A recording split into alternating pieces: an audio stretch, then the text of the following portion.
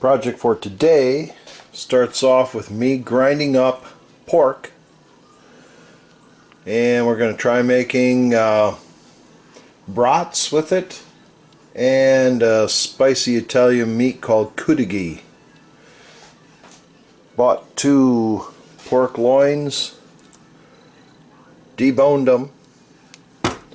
We'll make stock out of those, and time for me to put this back into the refrigerator to cool it down so we can grind it. Okay, getting ready to grind. Thought I'd show you the parts. This is the food tray. This is called the grind worm.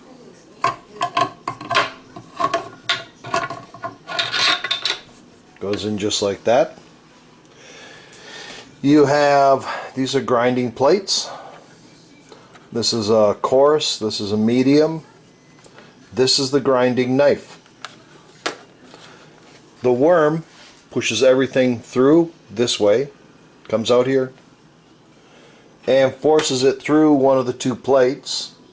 As it's being forced through the plate, the knife is turning around and cuts it off. Knife goes on.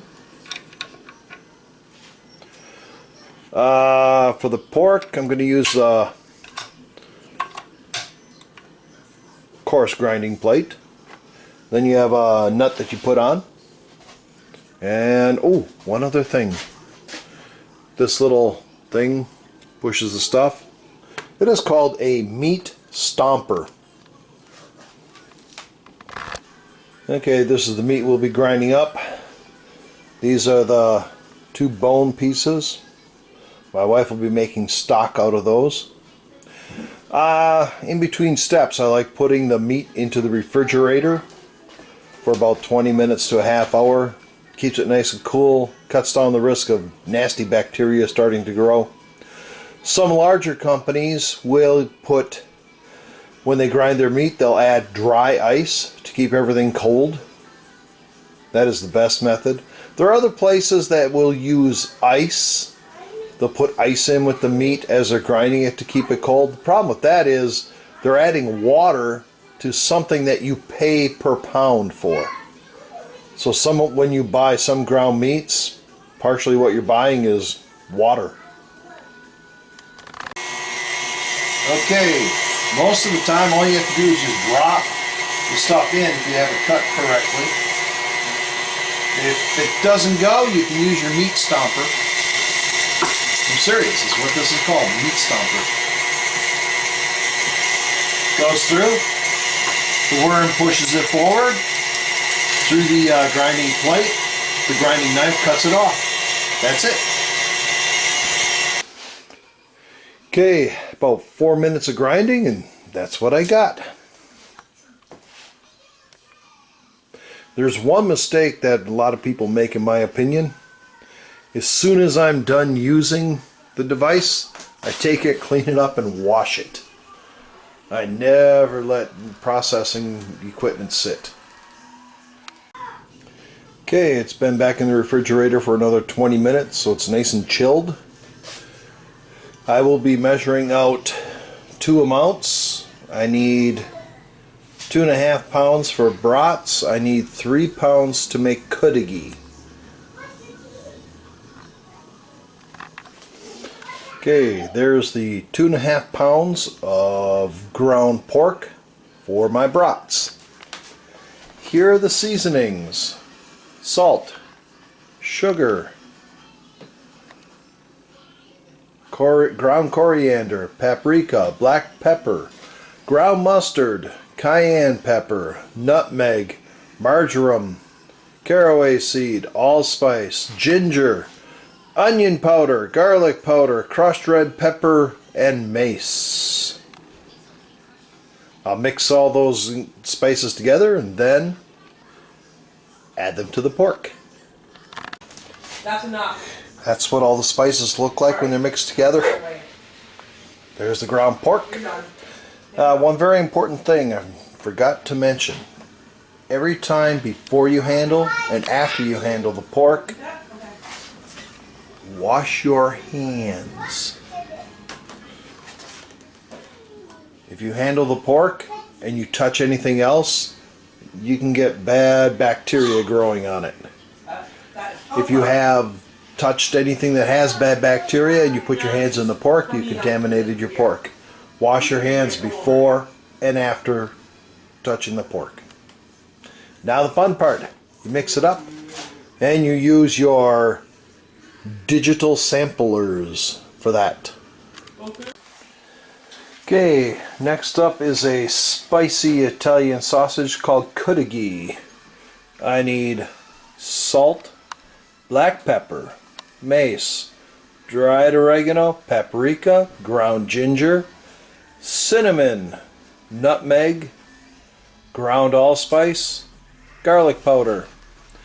I also have a second component which is made up of red wine, garlic, cinnamon stick, and a clove.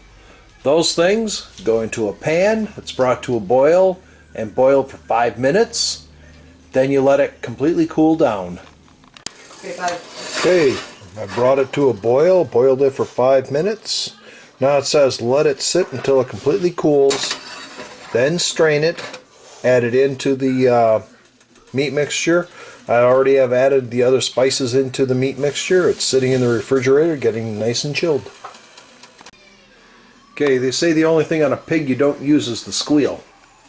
The bones that I have from the pork butt are in there, and my wife is going to make a stock. Okay, we covered the pork bones with water, and then we're going to put that on a lower heat, let it cook for several hours until it cooks down, until the flavoring also comes out of the bones. To flavor the stock, we're going to add in there a cut up onion. When I find the celery, I'm going to chop up a couple stalks of celery and put it in there. For spices, we are going to put in salt.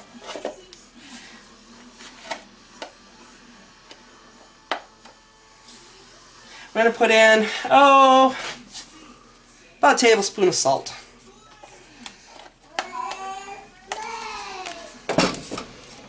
We're going to put in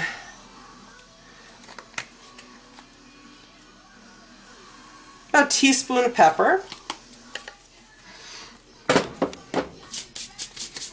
couple dashes of cayenne pepper, some onion powder, and I probably go heavy, that's probably 2 tablespoons. And I'm also going to put in between 1 and 2 tablespoons of garlic. Like I said, we'll let this cook for several hours until the flavoring comes out of it. I'll use it either to make baked beans, a soup. I might make just the broth and use that if somebody isn't feeling well. You could cook noodles in it.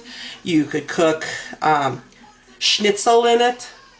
Anything dumpling-like you could actually cook, and those dumplings would pick up the flavoring of the water. So either freeze it or put it in the refrigerator in a jar and use it up within usually about 72 hours. Well, this is what it looks like now that it is boiled down. About a quarter of it is gone, maybe a third. And now it's ready to use for other things. Sorry, I forgot to get the a video of me mixing the last of the Cudighi, but I don't think you need a video on how to mix stuff with your hands. Have fun!